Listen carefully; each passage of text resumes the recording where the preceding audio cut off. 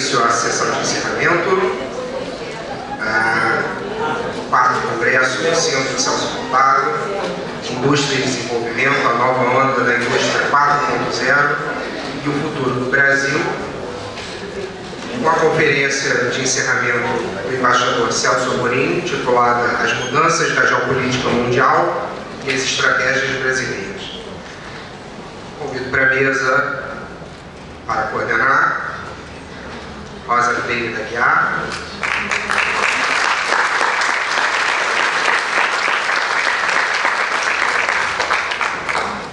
e o embaixador Celso Amorim.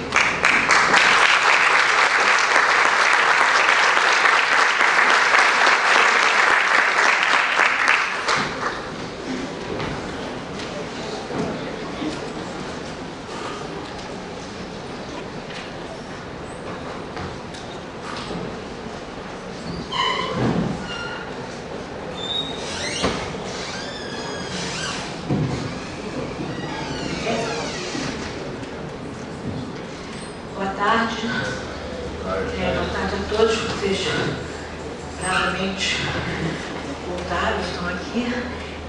Aqui tem uma apresentação grande, mas eu acho que agradeço a quem fez, e realmente é muito bem feita, mas eu acho que nem o embaixador Celso Amorim disse que não precisa muita apresentação. Eu só queria lembrar, achei bacana a frase que está aqui, que foi o chanceler brasileiro mais longevo no exercício do cargo. Bacana. Tendo ocupado o cargo, enfim, 2 ocasiões, de 93 a 4, durante a presidência do presidente Itamar Franco, e depois de 2003 a 2010 como presidente Luiz Inácio Lula da Silva. Na sua gestão mais recente, como a gente sabe, foi, enfim, o embaixador Celso Amorim concretizou, digamos, uma política externa absolutamente independente, em prol da autonomia e do desenvolvimento, consubstanciada no lema de uma diplomacia ativa e altiva, dessas expressões que ficaram, que vão ficar. Entre as conquistas da diplomacia da época do embaixador Celso Amorim, como chanceler, se destacam a criação do IBAS, Fórum de Diálogo Índia, Brasil e África do Sul, iniciativa que antecedeu a formação dos BRICS. E, além disso, o embaixador Celso Amorim foi também, como vocês devem lembrar, ministro da Defesa no governo da presidenta Dilma Rousseff, durante a qual presidência, ou aliás, durante a qual ele foi cansado, gente, desculpem. Durante a época em que ele foi ministro da Defesa, foi criada a Escola Sul-Americana de Defesa da Unasul. Embaixador, o tempo é seu e esta é a última nossa conferência, a conferência de encerramento do Congresso do Centro Celso Furtado. Boa tarde, Rosa. Boa tarde também a todos os amigos aqui presentes. Nesse fim de sexta-feira, muita paciência. Fico muito honrado de estar aqui no Congresso do Centro Celso Furtado. Estamos absolutamente contentes com essa oportunidade. Eu confesso que quando recebi esse convite, mas antes queria fazer um outro comentário, que foi o mais longevo ministro das Relações Exteriores. Eu acho que dentro em breve, se as coisas continuarem como estão, eu serei simplesmente a pessoa mais longeva, ponto final. Mas de qualquer maneira aprecio aí esse título, mas é sempre preciso explicar que o Barão do Rio Branco foi continuamente. Eu tive uma interrupção grande, há uma diferença grande, e sem comparar também a qualidade das duas gestões. Mas eu confesso que quando eu recebi esse convite, eu fiquei um pouco assustado, né, porque eu vi que o tema geral era, enfim, resumindo um pouco, a indústria 4.0 e o futuro do Brasil. E eu fiquei pensando, eu não sei nada sobre a indústria 4.0, eu não sei, na realidade não sabia muito bem, está muito longe, agora é melhor, não sabia muito bem sobre o que eu ia falar. Aí eu fui passando a programação e vi que a minha palestra, na realidade, é sobre mudanças geopolíticas. Eu senti um certo alívio, porque me senti em terreno um pouco mais familiar. mas lamento ter perdido as palestras ilustres de ilustres economistas e intelectuais que foram feitas. Também me sinto um pouco assim, nesse momento, despreparado até para uma palestra de encerramento de um evento tão importante do ponto de vista intelectual, porque nos últimos tempos eu tenho sido muito mais, não sei se bom, mas muito mais um ativista do que propriamente um intelectual ou um acadêmico. Diante de uma plateia com leitores, professores, diretores de instituições, economistas famosos, etc., eu me sinto meio em desvantagem, certamente, do ponto de vista intelectual. Mas, de qualquer maneira, resolvi enfrentar aqui o desafio e ter, pelo menos, se não propriamente uma grande conferência de encerramento, compartilhar algumas ideias sobre esse tema específico, que é das mudanças geopolíticas no cenário internacional e como isso, que implicações isso tem para o Brasil. Mas eu vou me dar a liberdade, talvez correndo o risco, de fazer um brevíssimo comentário também sobre o tema mais geral. Não vou entrar na economia 4.0 e coisas que eu ainda nem entendo direito. Eu vi o título, um dos títulos, eu fui olhar na internet para ver sobre o que era, vi internet das coisas, eu realmente não consigo nem perceber o que é internet das coisas. Toda uma lexicografia aí da qual que eu não domino para poder tratar. Mas percebo, de qualquer maneira, que isso tem relação com a alta tecnologia. E como eu trabalhei durante algum tempo com o Reinaldo também, e com o Luciano, que eu acho que fez a palestra de abertura, no Ministério da Ciência e Tecnologia, eu vou me dar o luxo, pelo menos, fazer uma brevíssima observação, já que nós estamos, inclusive, num período pré-eleitoral, e eu não sou candidato a nada, de modo que eu posso falar isso livremente.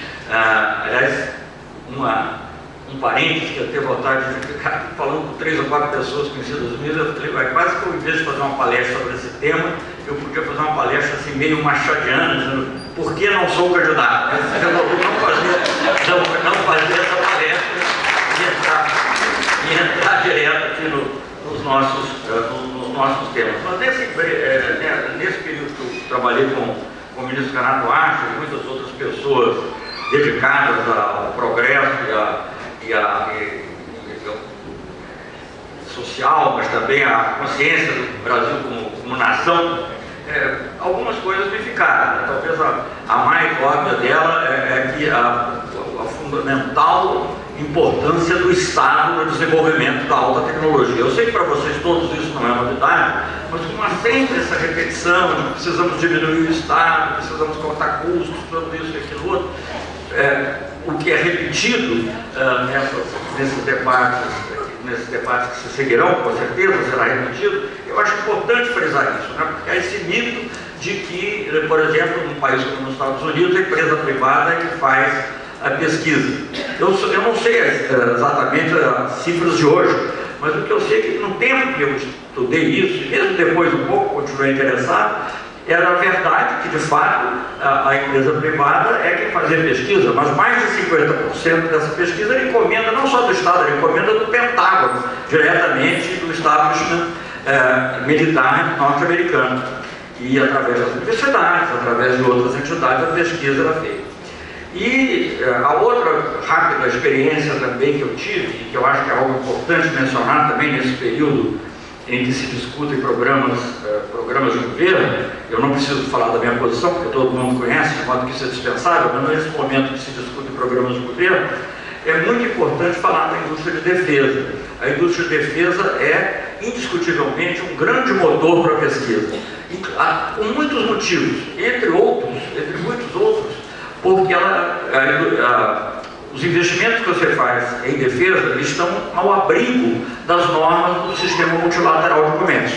Se você der, por exemplo, uma preferência, como aliás aconteceu com a nossa indústria automobilística, uma preferência para a indústria nacional, com uma vantagem específica, não extensiva a produtos importados, você está sujeito a questionamento, não estou dizendo que estão certos ou estão errados, mas está sujeito a questionamento dentro do acordo de investimentos da OMC, do acordo de TRIPS, nos chama, enfim. Mas a defesa está fora disso. Isso por definição, tudo que diz respeito à segurança e à defesa está fora da possibilidade de questionamento.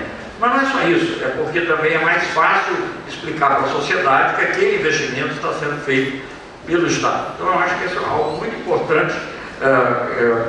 Quando se fala em defesa, infelizmente muitas pessoas pensam em tarefas que não deveriam ser tarefas da defesa, que tem a ver muito mais com a ordem interna, repressão, etc. Até pode se justificar a presença das Forças Armadas em situações excepcionais, os Jogos Olímpicos, a Copa do Mundo. Até o Clélio e eu trabalhamos juntos numa situação desse tipo, procurando manter o máximo de respeito à universidade, mas numa situação normal não cabe às Forças Armadas fazer o que elas estão fazendo aqui, por exemplo, no Rio de Janeiro, que é, digamos,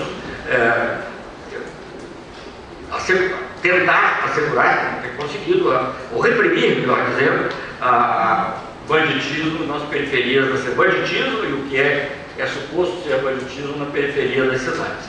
Então, eu acho que é muito importante dizer isso, porque eu acho que a defesa em si é algo que nós temos que estimular. Os investimentos de defesa são importantes, e é muito importante dizer que os investimentos de defesa, o que, aliás, é paradoxal com certos posicionamentos que você vê de certas pessoas, os investimentos de defesa cresceram muitíssimo nos governos Lula e Dilma.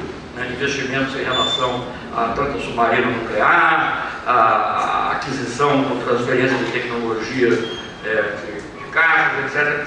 Então, a única coisa que eu quero ressaltar, eu não conheço as particularidades da inteligência artificial, da internet das coisas, mas certamente tudo isso envolve alta tecnologia. E ao envolver alta tecnologia, envolve alta presença do Estado, não apenas como regulador, mas como investidor. E acho que isso é uma coisa muito importante que tem que estar presente. Vejo também, assim, eu peguei o finalzinho da última palestra, não vou me atrever a comentar, evidentemente, mas vejo que há, digamos assim, essa preocupação dos economistas com essa inapetência, digamos assim, da economia brasileira, dificuldade de recuperação. Eu acho que nisso também o papel do Estado é absolutamente fundamental, e não haverá recuperação se o Estado não investir pesadamente, não só em infraestrutura, que normalmente se aceita que ele invista, mas também em outras áreas, inclusive essas áreas de tecnologia avançada.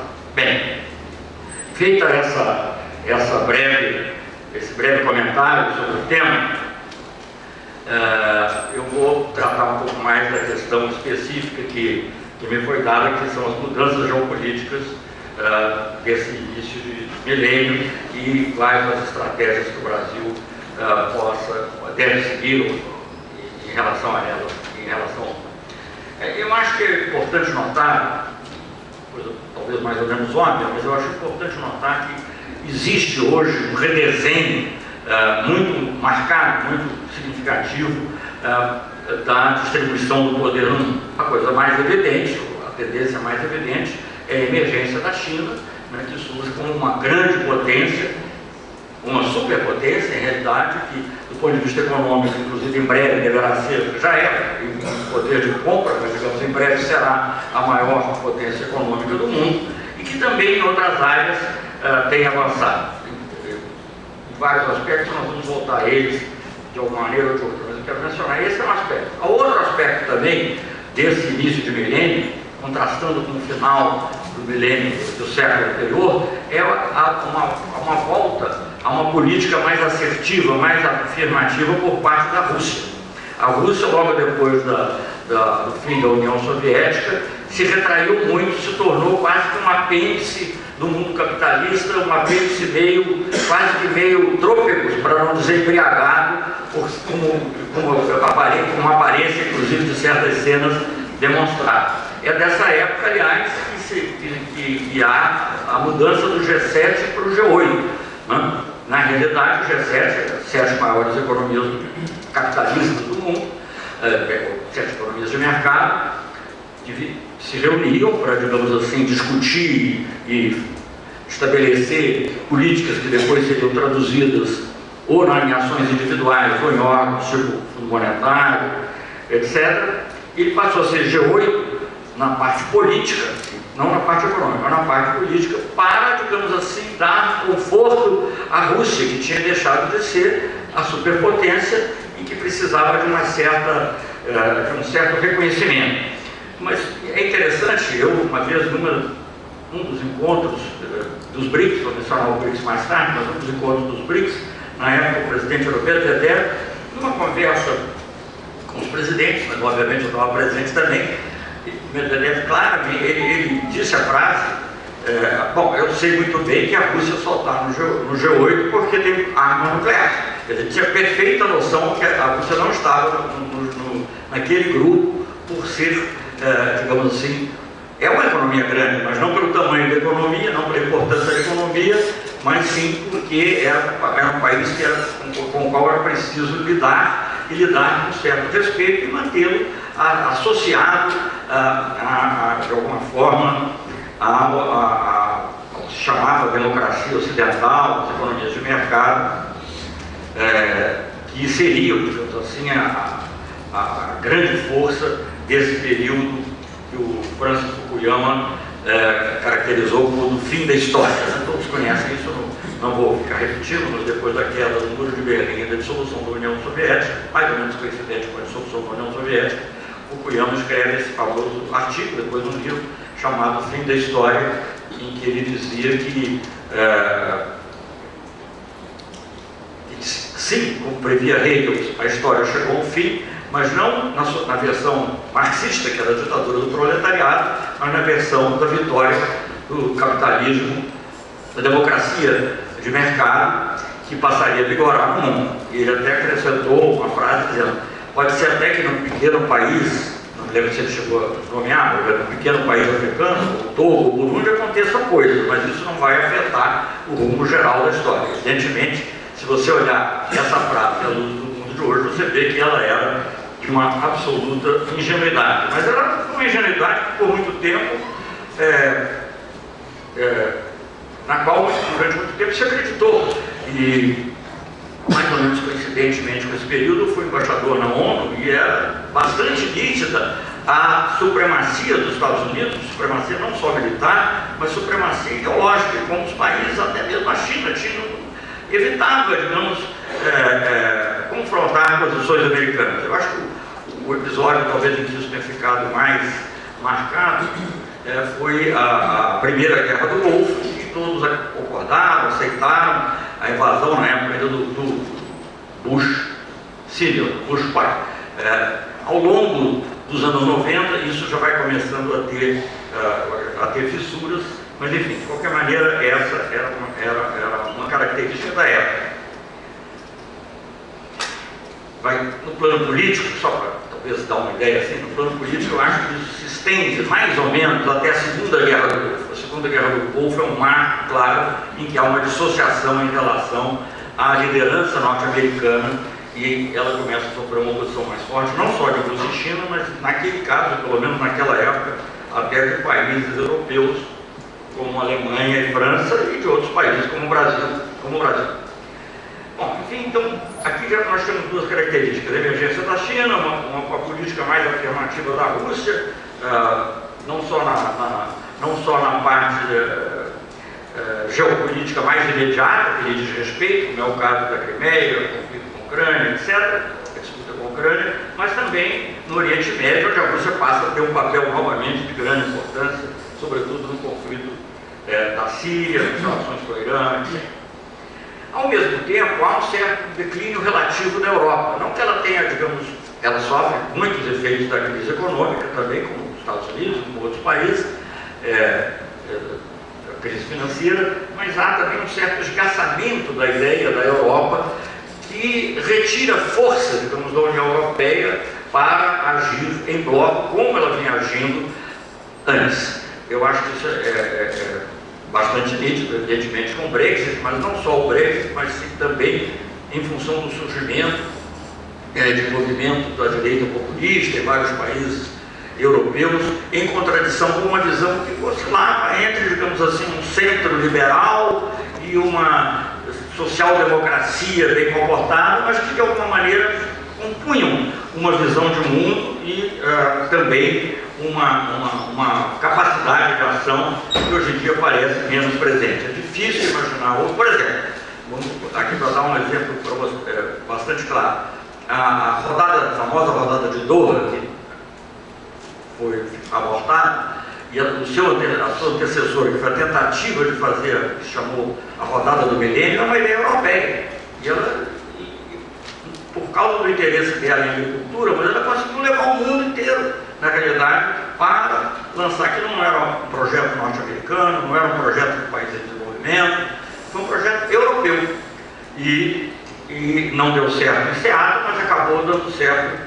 Mas não quer dizer que depois isso não tenha sido ajeitado e tenha sofrido modificações de vários tipos, mas era um projeto essencialmente europeu, principalmente para evitar que algumas obrigações que tinham vindo ainda da rodada uruguaia, sobretudo na área de agricultura, fossem adotadas sem alguma contrapartida. A Europa queria ganhar alguma coisa a mais para poder convencer suas populações a fazer a reforma agrícola que estava prevista na conclusão da rodada. Então, mas eu não quero entrar nos detalhes disso, porque é uma coisa muito chata, você começa a falar de OMC, imediatamente, como dizia uma antiga negociadora americana, as pálpebras começam a ficar pesadas e a tensão vai se dissipando. Mas eu só estou dando isso como exemplo da capacidade de liderança europeia em assuntos muito concretos. Mesmo na configuração de poder durante os anos, primeira década de 2000, aí já período que eu pude participar mais ativamente como ministro do governo do presidente Lula, em grande parte, várias das iniciativas que resultaram, por exemplo, numa tentativa, não de ampliação do G8, mas de abertura do G8 para outros países, que eles, por exemplo, se chamou durante uma época G8 mais 5, que era o G8 mais 5 países em desenvolvimento. Isso também foi uma iniciativa europeia. É muito significativo que entre 2003 e 2010, o único ano em que não houve G8 mais 5, o único ano foi o ano de 2004, quando a presidência era norte-americana. Tinha um interesse nisso. Em todos os outros casos, a presidência da França, depois a presidência do Reino Unido, passando dos Estados Unidos do Reino Unido, depois da Alemanha, Japão, enfim, a Itália, tudo isso se deu, em todas essas ocasiões, houve esse encontro do G8 mais 5, que de certa maneira, tem a ver com a posterior criação do G20, o G20 de líderes, não o G20 comercial, o OMC, mas o G20 de líderes, à esteira da crise do Lehman Brothers. Porque já se discutia naquela época como os países em desenvolvimento poderiam participar, alguns países em desenvolvimento poderiam participar de uma maneira mais ativa em discussões mais amplas, e não era por bondade ou por concessão, não, era porque muitos dos temas que eram discutidos necessariamente dependiam também de países chamados emergentes ou de desenvolvimento. A partir da crise do Lehman Brothers ficou claro que isso também dizia respeito à parte financeira. Mas antes dessa crise, já questões de mudança de clima e outros deixavam nítido que você não podia discutir esses temas em países em desenvolvimento. Então, e a Europa sempre tinha essa visão. Bom, e que de alguma forma desembocou nesse G20. Podemos falar sobre isso sobre a tempo. Mas uma outra característica, além da emergência da China, da política afirmativa da Rússia, de um certo declínio da Europa, eu juntaria nisso também um esmaecimento um pouco de países como o Brasil e Índia, se nós formos pensar no período atual, no caso do Brasil por motivos óbvios, que não preciso nem aprofundar, que é a falta total de legitimidade, de interesse, a incapacidade total de tomar iniciativa pelo governo brasileiro, é hoje patente, então isso evidentemente enfraquece o país fora, além, digamos, da projeção negativa do que ocorre dentro do país. Mas a Índia também ficou muito apegada a questões internas, a questões muito nacionais em relação à sua vizinhança e diminuiu um pouco a sua capacidade de iniciativa. É interessante, porém há um artigo recente do Oliver Stunkel, sobre que ele comenta artigos que previam o fim dos BRICS, e ele, ao contrário, é muito otimista. Ele faz essa crítica também à posição brasileira, mas deixa claro que os BRICS continuam a ser uma força importante no mundo. É uma coisa interessante, porque a crítica que se faz hoje, você lê hoje, inclusive, articulistas famosos, como o Martin Wolf, o Philip Stevens, etc., que Diz, não, mas os BRICS, os países dos BRICS não têm nada em comum. Eu me lembro que essa mesma crítica eu ouvi logo que foi criado. Eu falei, não, tem uma coisa em comum sim. Ele disse, mas o que tem em comum? Todos discordam do G7. Quer dizer, enfim, nenhum deles estava satisfeito com uma ordem mundial comandada pelos países capitalistas desenvolvidos. Isso é uma coisa em comum, embora cada um tivesse lá a sua maneira de enfrentar essa questão. É claro que isso aí é um pouco piada, mas é um pouco verdade também. E de uma forma diferente, eu li nesse artigo do Stuco, uma coisa dita recentemente por um funcionário russo, assim, não, a coisa que caracteriza os países, a coisa que caracteriza em comum os países dos BRICS é que todos são únicos, their uniqueness, que eles falam assim, o fato de todos serem, nenhum está perdido dentro de uma massa, todos são específicos, são grandes e têm influência no que se passa no mundo. Mas, enfim, então, dentro desse quadro geral, houve também um esclarecimento do Brasil e da Índia, o que faz com que nós tenhamos que pensar por uma outra fase dos BRICS.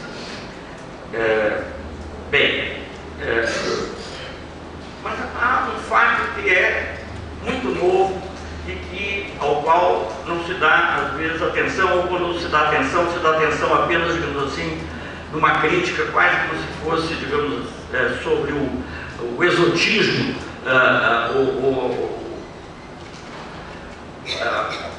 a falta de visão do atual presidente dos Estados Unidos, Donald Trump. E esse fato novo é que desde a Segunda Guerra Mundial, pela primeira vez, os Estados Unidos não têm um projeto para o mundo. Isso é uma coisa curiosa e interessante. Boa, mas não sei, mas é uma coisa interessante. É a primeira vez. Toda a arquitetura que nós hoje defendemos, você pega inclusive a declaração dos BRICS, defende o multilateralismo, defende a ONU, defende a OMC, defende tudo que é multilateral, essa definição foi criada pelos Estados Unidos. Os Estados Unidos, depois da guerra, claro, algumas ideias eram do Keynes, na área econômica, outras ideias eram de outras pessoas, mas quem liderou a criação, não é à toa que a reunião da ONU, que criou todas as reuniões importantes que se realizaram nos Estados Unidos, Bretton Woods, São Francisco, etc. E hoje em dia, pela primeira vez, os Estados Unidos não têm um projeto para o mundo. É claro que durante o tempo da Guerra Fria, o projeto para o mundo era para o mundo que não estava sob domínio, entre aspas, ou sem aspas, soviético, ou do comunismo. Mas era sim o objetivo deles, não apenas conter o comunismo, como disse o Kennan, George Kennan, famoso diplomata americano, mas também recuperar terreno que acabou recuperando nos anos 80. Mas ele tinha um projeto para o mundo. Então, e o que eu acho que há nos Estados Unidos hoje, algo diferente. E quando se fala do Trump, que ele não tem estratégia, etc., eu fico pensando, eu acho que não é bem assim. É um pouco o que eu acho que é o Polonius que fala sobre o Handels, né, que diz assim, sim, é loucura, mas há método nessa loucura. E eu acho que no caso do Trump, não estou falando nenhuma defesa do Trump, não. O Trump é a coisa mais horripilante que possa imaginar. Eu tenho, naquela época, 2 noras, eu continuo tendo as 2 noras, apesar das separações, casamentos, etc. 2 noras que têm também nacionalidade americana, falaram, tem que votar na Hillary Clinton, né? Eu acho que a Hillary Clinton tem muito defeito, mas você não pode votar na pessoa que favorece, que é racista, que é machista, que é contra a imigrante, não dá. Mas, digamos, e essas características são reais. Mas em termos, digamos, de política mundial, a loucura, entre aspas, esse elemento inesperado do Trump, parece obedecer uma estratégia. Estratégia que é desfazer a ordem mundial que foi criada, em grande medida, digamos, a semelhança, a imagem e semelhança dos próprios ideais, não das realidades, mas talvez das ideias norte-americanas, mas que, bem ou mal, impõe limites. Qualquer ordem legal, qualquer ordem normativa, acaba impondo limites às ações. E eu acho que uma característica do Trump, quer dizer, não, os Estados Unidos é um país poderoso, nós queremos agir de acordo com o nosso interesse e vamos fazer. Independentemente da ideia de estar promovendo a democracia, de estar favorecendo o candidato que pode ser mais simpático ou menos simpático ali, ou lá, independentemente de ter relação com o Putin ou com... Eu acho que isso é uma característica. Claro que uma pessoa desse tipo, e uma ideia desse tipo, envolve muitos riscos. né? Certamente muitos dos economistas aqui lidam com o tema de energia. Estava lendo um artigo interessante do Michael Clare sobre a militarização da energia, quer dizer, não a militarização só para uso militar diretamente, mas digamos, a transformação da questão energética num ativo nacional da disputa de poder, né? Ainda que com sacrifício do meio ambiente, de outras causas lá nos Estados Unidos, porque a visão, essencialmente a visão do Trump é a de colocar o poder norte-americano sobre a mesa e a partir desse poder discutir os temas, não a partir de uma norma teórica, mas sim a partir desse poder, desse interesse norte-americano. Isso é uma coisa nova, que envolve riscos, e vamos para, digamos, não ir muito longe, envolve riscos na nossa região, porque quando o Trump diz, por exemplo, que ele não exclui o uso da força para a questão da Venezuela, eu acho até que é um pouco da boca para fora, ele não vai fazer nada, mas isso estimula grupos que sim fazem, grupos extremistas, como aconteceu agora com esse atentado contra a vida do presidente venezuelano. Então, há elementos muito perigosos dentro dessa ação, digamos assim, anômica, ou longe da normatividade internacional do Trump. Mas há também, acho eu, para um país como o Brasil, haveria oportunidades. Oportunidades no sentido de que, primeiro, a grande potência do continente tem menos soft power, tem menos poder de atração em relação a outros países, o que abriria um espaço para uma liderança, se o Brasil tivesse uma liderança à altura do país. Claro que sem liderança nenhuma, o que ocorre é o inverso. O que se vê digamos assim, uma crescente desintegração na América do Sul. Hoje mesmo, acho que foi noticiado que a Colômbia vai sair mesmo do Unasul. O Unasul estava desativado, não tinha terminado, o que é muito triste, né? E é um retrocesso muito grande, porque é uma luta de décadas e décadas e décadas para que nós pudéssemos ter uma voz própria.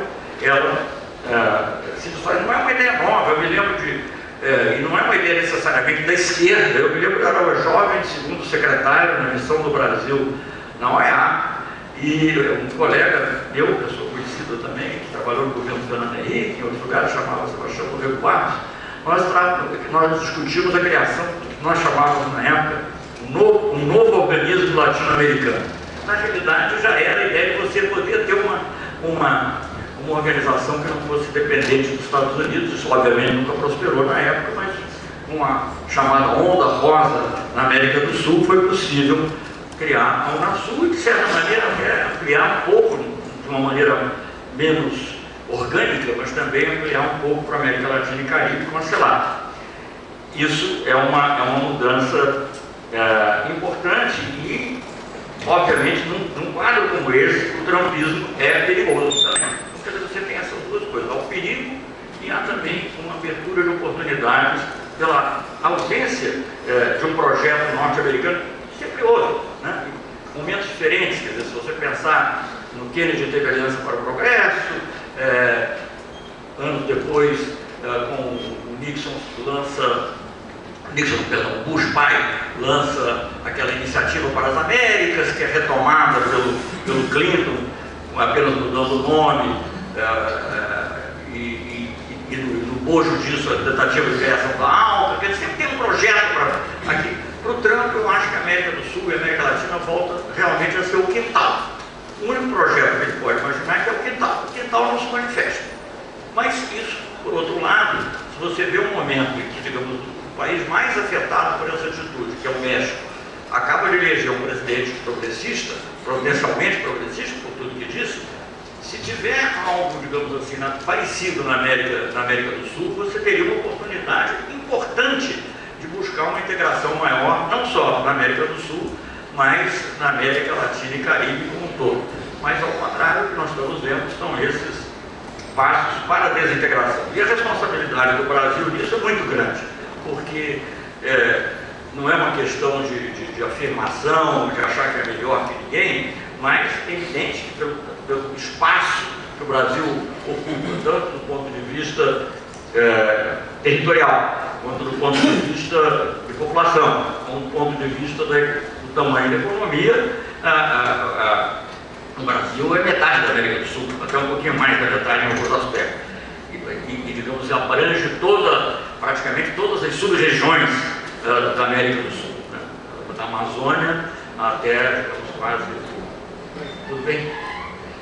Então, quer dizer, o Brasil tem uma responsabilidade muito grande. Quando o Brasil se desinteressa ou passa a ter uma atitude até negativa em relação à integração da América do Sul, isso se reflete, num primeiro momento, nessa desativação, muito triste, né? Inclusive na área de saúde, estou dando aqui o Reinaldo, lembrando, o ISACS, que é o Instituto de Saúde da América do Sul, fechou praticamente, não sei se continua existindo no papel, mas fechou, e era sede aqui no Brasil, mas outros órgãos importantes, como o Conselho de Defesa Sul-Americana, a Rosa mencionou aqui entre os feitos, entre aspas, a época que eu fui ministro da Defesa, que foi a criação da Escola Sul-Americana de Defesa, isso vai desaparecer. Isso vai desaparecer porque, veja bem, trabalhar pela integração é trabalhar por um objetivo, que no nosso caso, inclusive, é constitucional, mas é trabalhar contra a maré. Se você não tiver muita determinação para fazer isso, as coisas elas se desfazem, porque a ideologia não é nesse sentido.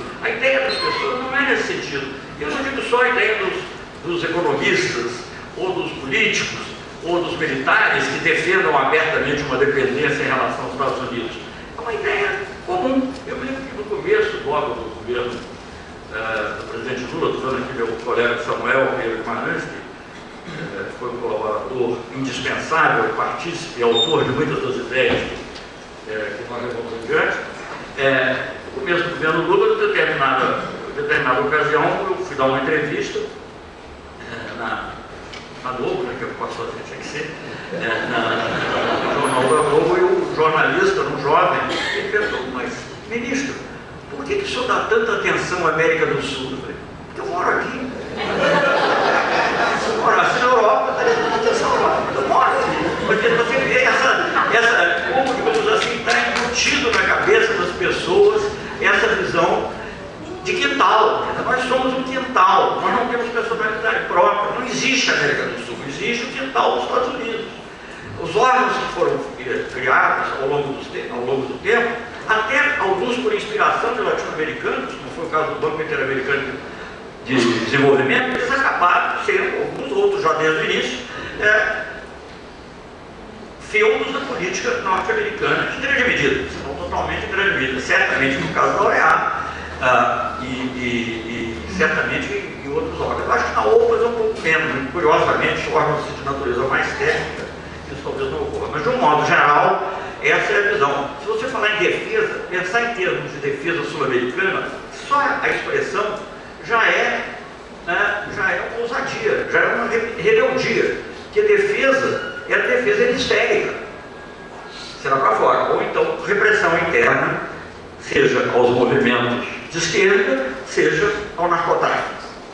Mas olhar a defesa do país e olhar a defesa em termos de América do Sul já era em si quase que uma blasfêmia. Bom, isso, nesse período que nós estamos vivendo, também está se esvaindo, e eu acho que é muito difícil de se recuperar isso se não houver uma mudança política importante no Brasil. Eu tenho a esperança que ela ocorra e temos trabalhado por isso, mas eu acho que é fundamental. E eu estou falando uma coisa, hoje em dia, devido a todas essas situações, eu tenho tido contato muito maior do que no passado com pessoas progressistas de outros países, Chile, Argentina, e todos eles dizem para mim: nós precisamos da liderança do Brasil. Há um artigo recente de um jurista argentino, que é, aliás, da Corte Interamericana de Direitos Humanos, esqueci, Lazzaroni, eu acho o nome assim, é um artigo primoroso em que ele expõe justamente que o fato do que acontece no Brasil é fundamental para os outros países, e influi nos outros países.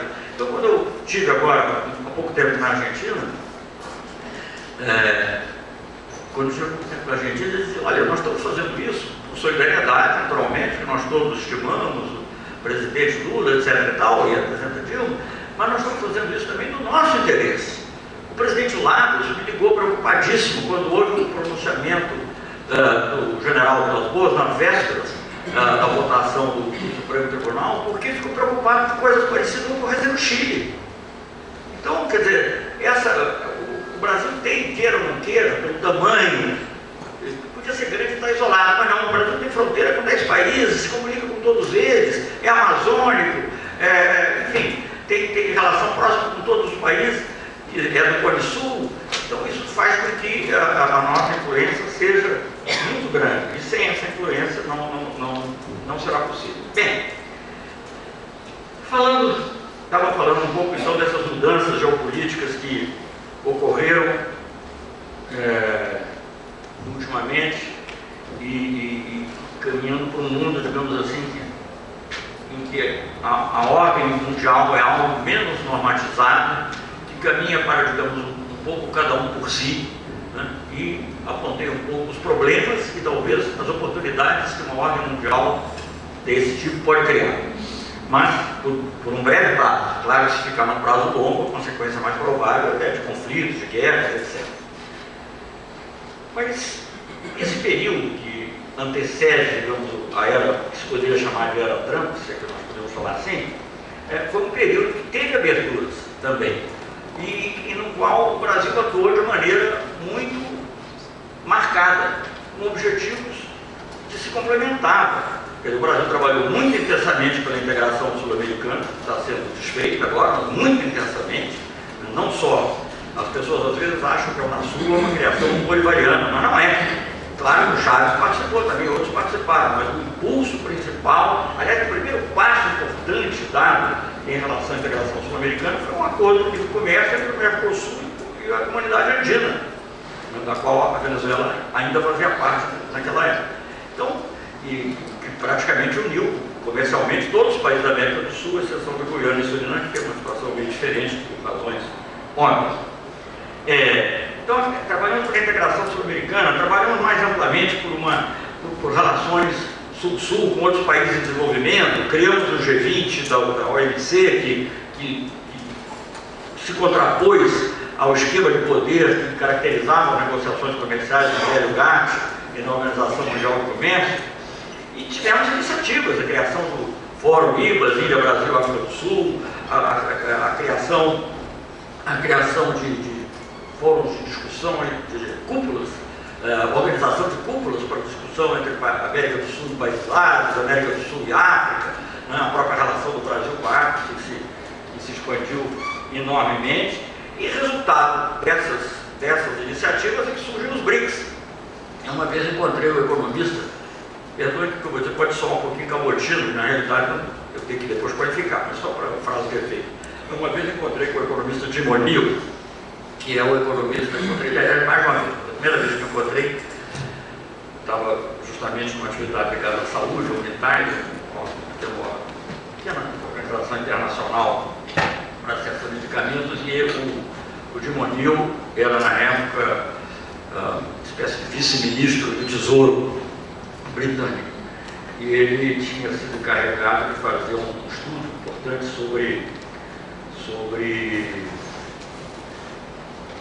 antimicrobial,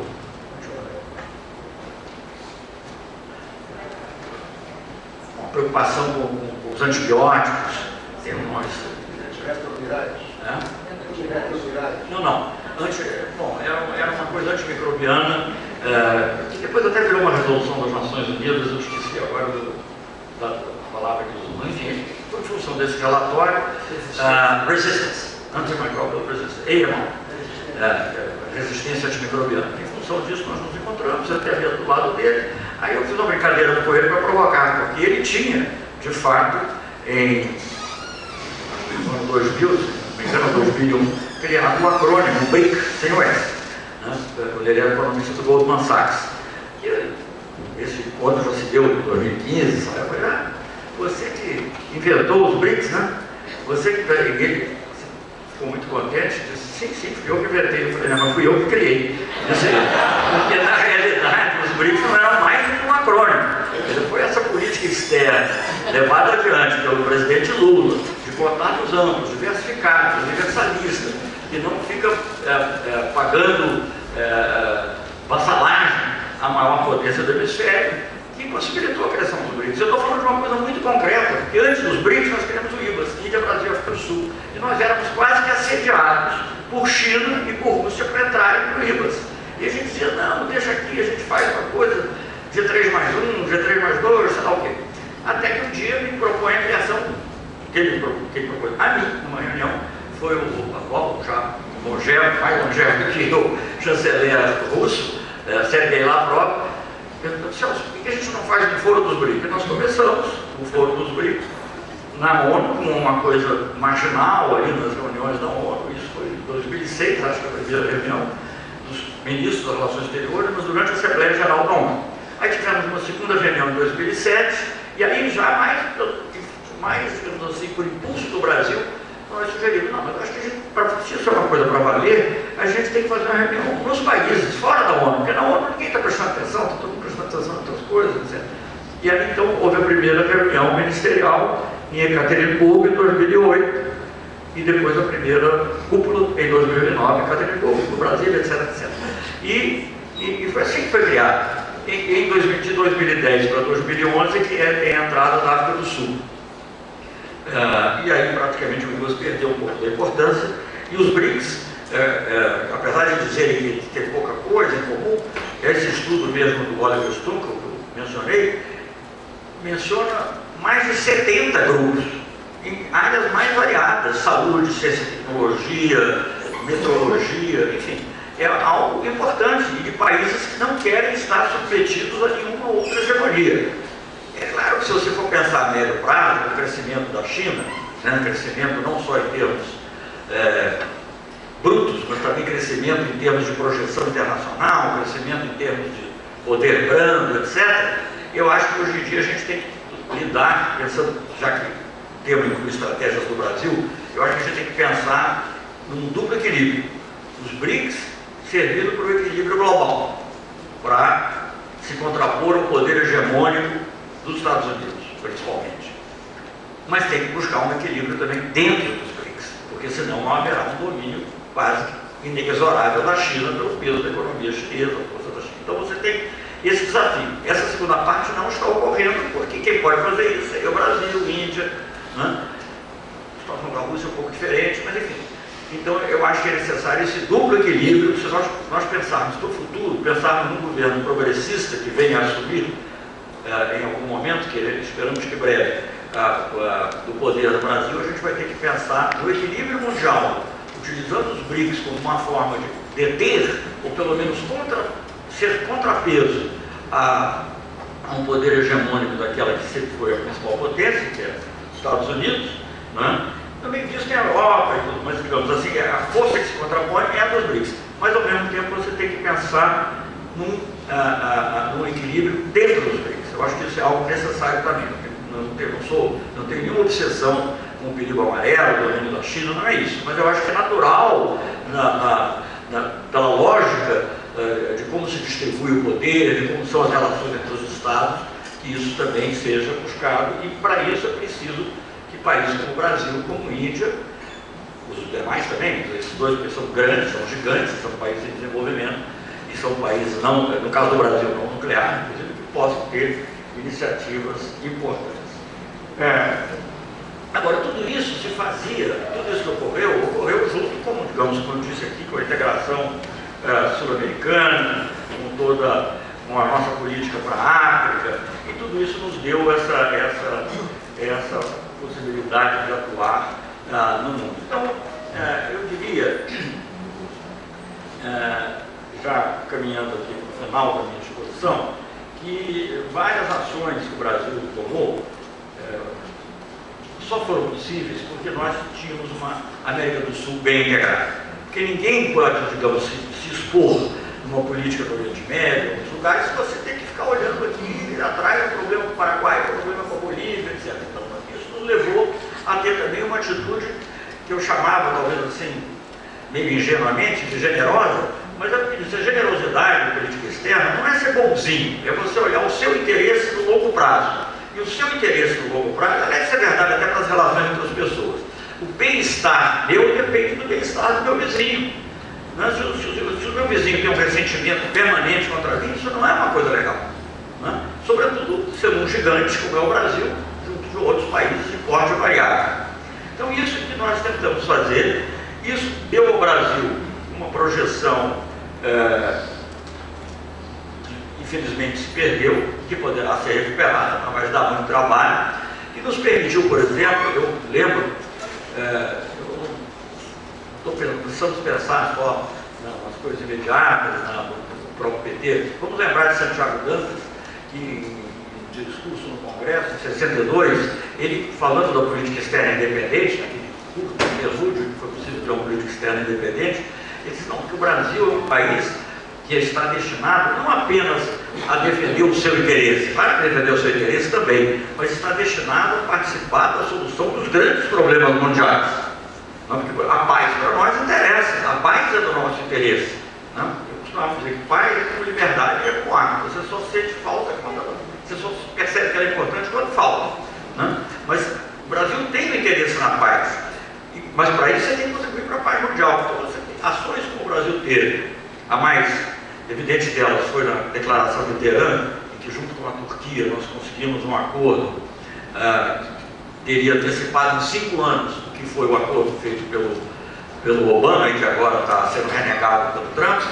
Isso só foi possível em função dessa respeitabilidade que a política brasileira que o Brasil havia ganhado, graças naturalmente à personalidade do presidente Lula, a sua história de vida, etc., mas também é uma política externa que, como foi dito aqui antes pela Rosa, se autoqualificou como ativa e altiva. Então, essa visão, para concluir, eu há pouco tempo tive, dentro dessa peregrinação, dessa militância peregrina, em função da defesa do Estado de Direito no Brasil, eu não fico dizendo muito nome o tempo todo, porque senão parece que eu estou fazendo propaganda política, eu acho que não cabe, vocês entendem do que eu estou falando. Mas em função dessa militância peregrina, na busca de solidariedade ao Brasil e à democracia brasileira, eu tive, entre outros, com o Dominique de Villepin, que foi ministro do exterior da França, alguns se lembrarão, depois ele foi primeiro-ministro, inclusive, mas ele se destacou mais como ministro do exterior na época da Guerra do Iraque, quando ele fez discursos brilhantes contra a ação unilateral dos Estados Unidos na Segunda Guerra Fria. E falando da situação do Brasil, e ele perguntando como é que eu posso ajudar, etc. e tal, curioso, o Villepin nem sequer social-democrata ele era ministro do Chirac, governo de centro-direita. Mas ele disse que não, o Brasil é o país importante para a ordem mundial. Vocês trazem uma contribuição efetiva. O Brasil talvez seja um dos poucos grandes países que nunca foi potência colonial, de uma maneira ou de outra. De uma maneira ou de outra, eu não quero aqui entrar em descrições do que é a China, do que é a Rússia, porque o Brasil, ninguém vê dessa maneira. O Brasil tem, apesar dos defeitos que nós conhecemos, tem também muitas coisas positivas na relação pacífica com os seus vizinhos, tem muitos outros pontos, não vou aqui elencar longamente, mas o fato é que mesmo se prontificou a ajudar, fosse necessário. Dessa conversa nasceu a ideia de fazer um seminário em São Paulo, que vai ocorrer, vai ser uma coisa importante, porque haverá 3 ex-primeiros-ministros europeus, alguns ministros do exterior, vários países, intelectuais como Noam Chomsky, né? Tudo isso em defesa da democracia e do Estado de Direito no Brasil. E eu devo dizer que eu acho que isso hoje em dia tem nome, que é o nome Lula. Mas enfim, isso não quer dizer que a pessoa vota quem quiser, mas eu acho que a defesa da liberdade do presidente Lula e do direito de ser candidato é absolutamente essencial para a defesa da democracia brasileira.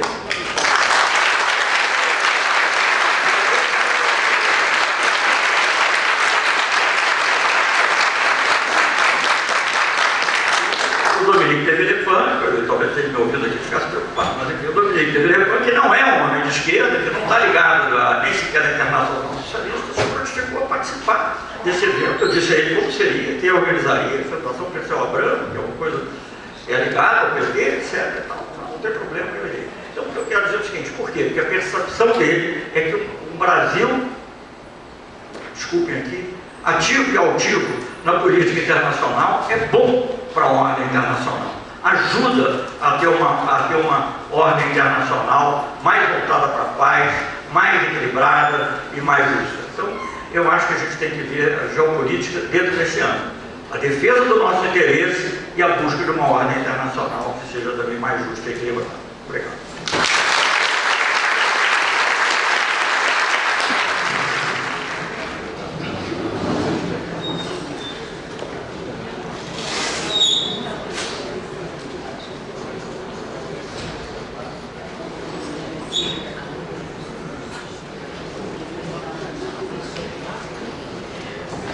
obrigada, embaixador Celso Amorim, como sempre. É uma imensa satisfação ouvi-lo. Bem, nós estamos chegando ao final do Congresso, Celso Furtado. Eu queria dar um momento dos agradecimentos. Eu agradeço primeiro a todos vocês que estiveram aqui, mas também há alguns agradecimentos que são inevitáveis, porque vocês devem estar mais ou menos sabendo, o senhor Celso Furtado está num momento difícil, como aliás o país, um pouco reflexo do outro, e apesar desse momento difícil, nós conseguimos fazer um congresso que para nós, e acho que para vários de vocês, foi muito além das nossas expectativas, graças a vocês e graças também, em primeiro lugar, ao Dr. Pedro Celestino, não sei se ele está aqui, que é o presidente do Clube de Engenharia, que nos acolhe aqui desde que nós fomos afastados. Nós tínhamos a sede no BNDES, onde nós fomos muito bem acolhidos durante uns 10 anos, e há 2 anos nós saímos do BNDES e viemos para cá, estamos muito bem acolhidos aqui no Clube de Engenharia.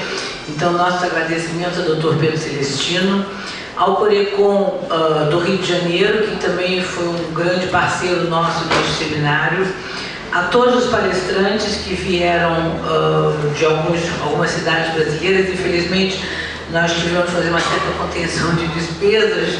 Nós gostaríamos de ter trazido mais outras pessoas. Tinha até o Marcelo Arendt, a quem eu também faço um agradecimento muito grande, que foi quem organizou, digamos, pensou o seminário. Ele e André Furtado, que está por aqui, eu acho que é filho de Celso Furtado, está ali, que também pensou, digamos, toda a feitura do seminário. Mas infelizmente não deu, mas enfim, os nossos palestrantes foram maravilhosos. Eu acho que a gente pensou muita coisa aqui. O João Furtado, eu queria fazer o que não é parente, aliás, que não é parente. Está ali, o João Furtado está ali, tem um Furtado de cada lado, mas não são parentes. O João Furtado estava comentando agora que achou que teve muito mais comentário interessante, muito mais exposição interessante do que ele pensava.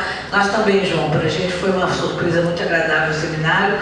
Eu acho que o seminário abriu muitas pistas, mas eu queria fazer agradecimentos bem específicos. Em primeiro lugar, ao Saturnino Braga, que é presidente do Centro Celso Furtado.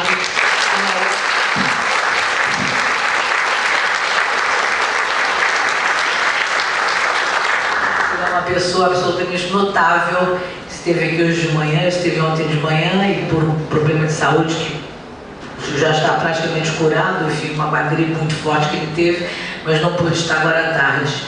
Depois os nossos palestrantes, é óbvio. Além disso, a comissão organizadora com André Furtado e Marcelo Arendt, que já teve que voltar para Santa Catarina. Os nossos diretores, que infelizmente não puderam vir porque eles moram longe e a verba de passagens era curta. A equipe executiva do centro, que são os nossos guerreiros, o Glauber Carvalho, está lá, o nosso Glauber incansável. E a Aline Valuê, nossa bibliotecária lá de Azul Marinho.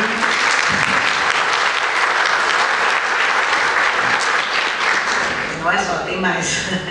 E os dois realmente foram incansáveis, mas eles tiveram 2, digamos, vice-guerreiros que trabalharam junto com eles, que foi o Edilson Nunes, que aliás está indo amanhã, obrigado. Aliás, está indo amanhã para Portugal, onde vai, o Edilson é um doutorando de História, está indo amanhã para Portugal, onde ele vai continuar os estudos de História dele. E o Fernando Rodrigues, nosso querido Fernando Rodrigues, também incansável. Muito obrigada. Bom, eu falei encerramento, mas na verdade é um semi-encerramento, porque nós encerramos a parte seminário, mas daqui a alguns minutos, depois que o embaixador Samuel, que é presidente do Conselho Deliberativo, falar, haverá a apresentação do filme do José Mariani. José Mariani, nessas alturas, deve estar cuidando da... Está ali José Mariani. José Mariani é um cineasta atípico, porque ele só filma personalidades digamos, de esquerda no Brasil. Ele tem uma cinegrafia muito voltada para grandes pensadores brasileiros. Quando nós nos conhecemos, Mariana tinha feito o Mário Schemberg. Não, você tinha feito o Mário Schemberg, você fez? César Lattes, foi o outro físico, César Lattes. Depois ele fez um documentário, um filme muito bonito sobre o Celso Furtado. Depois ele fez um outro chamado Um Sonho Intenso, sobre a economia brasileira dos anos 30 aos 80, aos 2000. E agora ele acaba de lançar esse filme sobre a Maria da Conceição Tavares, a quem eu rendo uma homenagem também. Maria da Conceição não pode estar aqui presente hoje, mas ela é sócia fundadora do Centro Celso Furtado e foi quem batalhou muito para o Centro Celso Furtado existir, pouco depois de Celso morrer, e eu rendo também minhas homenagens a Maria. E Mariane, vocês vão ver o filme do Mariane que vai passar nesse instante, chamado Livre Pensar, que é exatamente o perfeito título para quem conhece a Maria da Conceição. Quem foi aluno dela, acho que tem muito aluno aqui da Maria, e o filme vai passar em seguida, mas antes disso eu passo a palavra para o embaixador Samuel Pereira Guimarães. Obrigado. Em primeiro lugar, boa tarde a todas e a todos.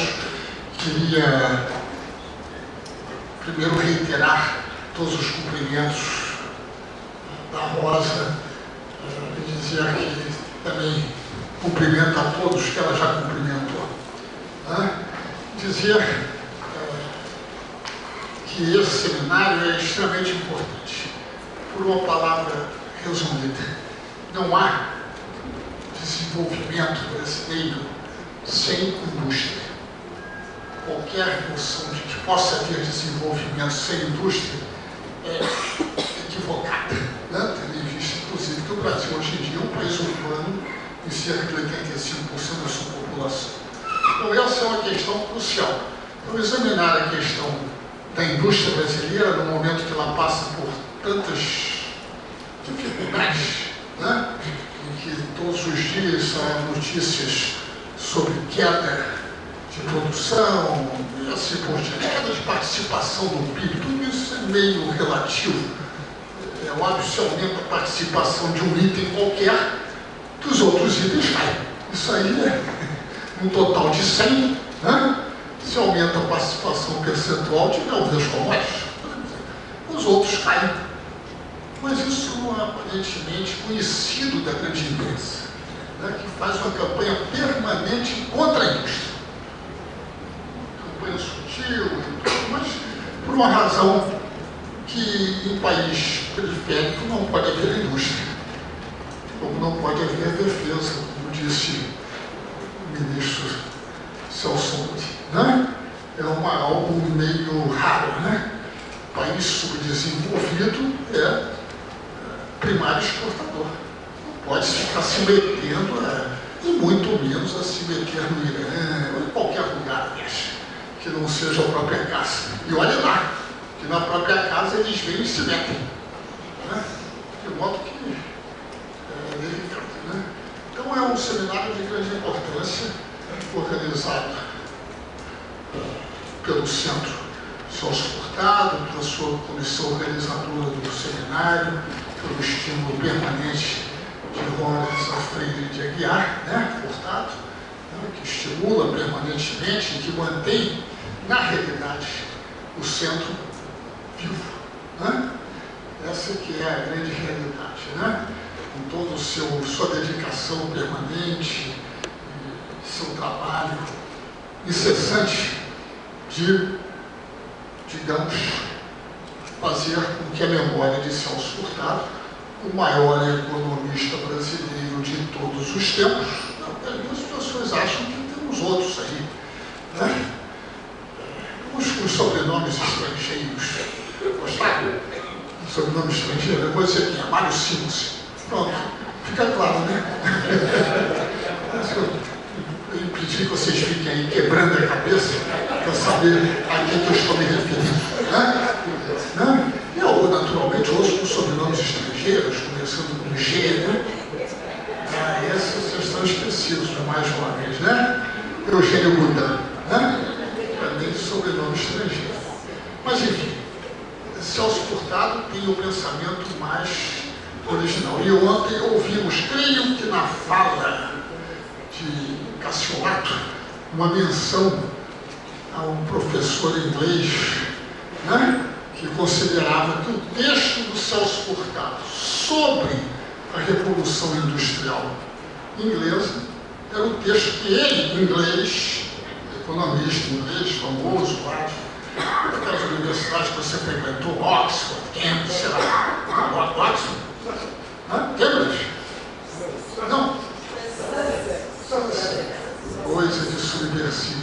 Para quem conhece. Né? Se quem não conhece, pensa que é uma universidade qualquer. Douglas Steers e outros, né? Mas era um professor de lá, que conversando com o jovem estudante, doutorando, né? Disse, e mostrou a publicação dele, que você chamou de panfleto. Você viu que eu estava prestando atenção na sua palestra, né? Você chamou de panfleto.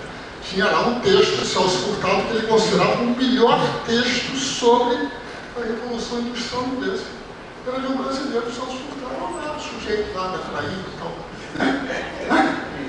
Celso Furtado. Não. É quem é? Ah, só isso, né? Também era um nome complicado. Como é que era o nome, professor? O nome do professor inglês? Era o segundo Freire. Tipado junto com o Freire criou o Science Policy Research. Pois é. Isso aí o Celso conhece lá, né? Coroa Inglaterra, sabe? Então, é extremamente importante ter sempre presente a memória da contribuição de Celso Furtado, porque o Centro procura fazer a sua diretoria, membros do Conselho, o Marcos, enfim, todos que nele trabalham, e muito especialmente nós, que é a alma do Centro. Né? Eu queria também fazer uma referência ao fato de que, no início do Centro, quem teve um papel extremamente importante na criação do Centro foi o presidente Lula. Né? Lá no início, né? Para justamente apoiar o admirador que ele sempre foi de Celso Furtado. Né? Não é verdade? Admirador de Celso Furtado, né, Rosa? Admirador de Celso e tudo, ele, digamos, apoiou a ideia de criação do Centro. Né?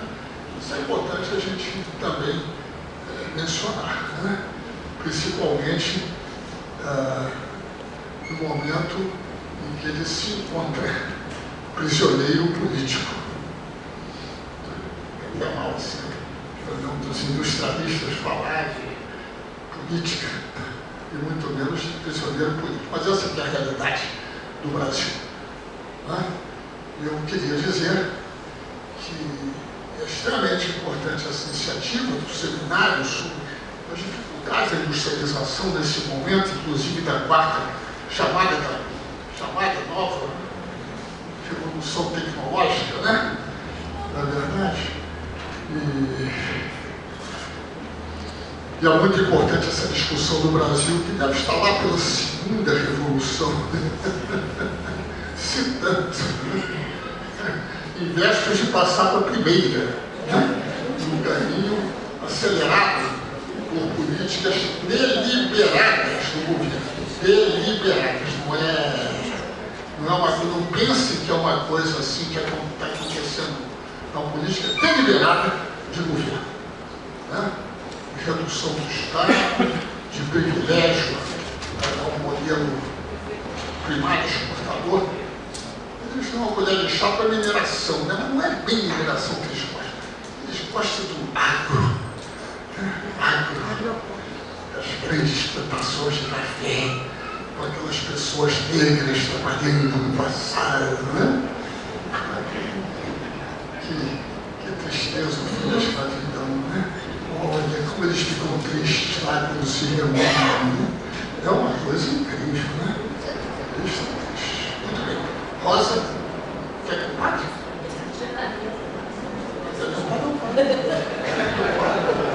Mas não vamos fazer uma votação em função do plenário.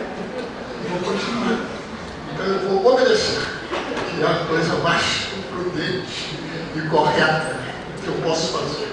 Depois estender meus cumprimentos a todos aqui que estiveram nesses dias participando, com as suas perguntas, com a sua presença, né?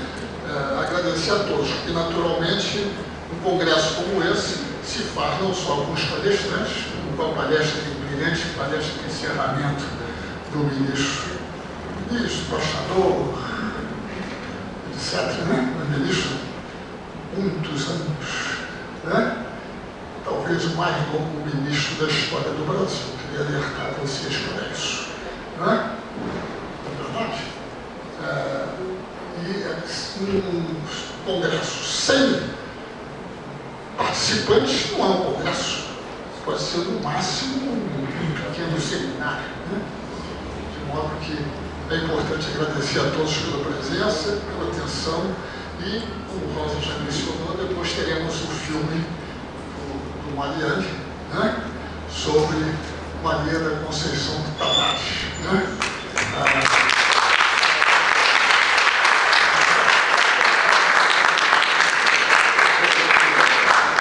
O pessoal quer ver o filme disso aqui. Muito bem, então vamos passar ao filme do Mariane. Tá bom, boa noite para todos.